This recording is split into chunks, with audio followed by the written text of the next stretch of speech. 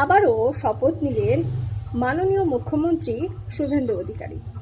কারণ তিনি এর আগে মুখ্যমন্ত্রী পদে শপথ নিয়েছিলেন, তার পাশাপাশি তিনি কিন্তু একজন বিধায়কও। তাই আজ অর্থাৎ 13ই মে 2026-এ পশ্চিমবঙ্গ বিধানসভায় তিনি কিন্তু একজন বিধায়ক হিসাবে শপথ গ্রহণ করলেন। আমরা জানি যে এই বিধানসভায় অর্থাৎ লেজিসলেটিভ অ্যাসেম্বলিতে যারা জিতে যান তারা কিন্তু হয়ে যান মন্ত্রী। তো তিনি ছাড়াও আরও অন্যান্য যারা এমএলএ হয়েছে অর্থাৎ মিনিস্টার অফ লেজিসলেটিভ অ্যাসেম্বলি তারাও শপথ গ্রহণ করেছেন এবং এই সমস্ত পুরো কার্যক্রমটা সম্পাদিত হয়েছে কিন্তু আরও একজন বিধায়ক তাপস রায়ের উপস্থিতিতে।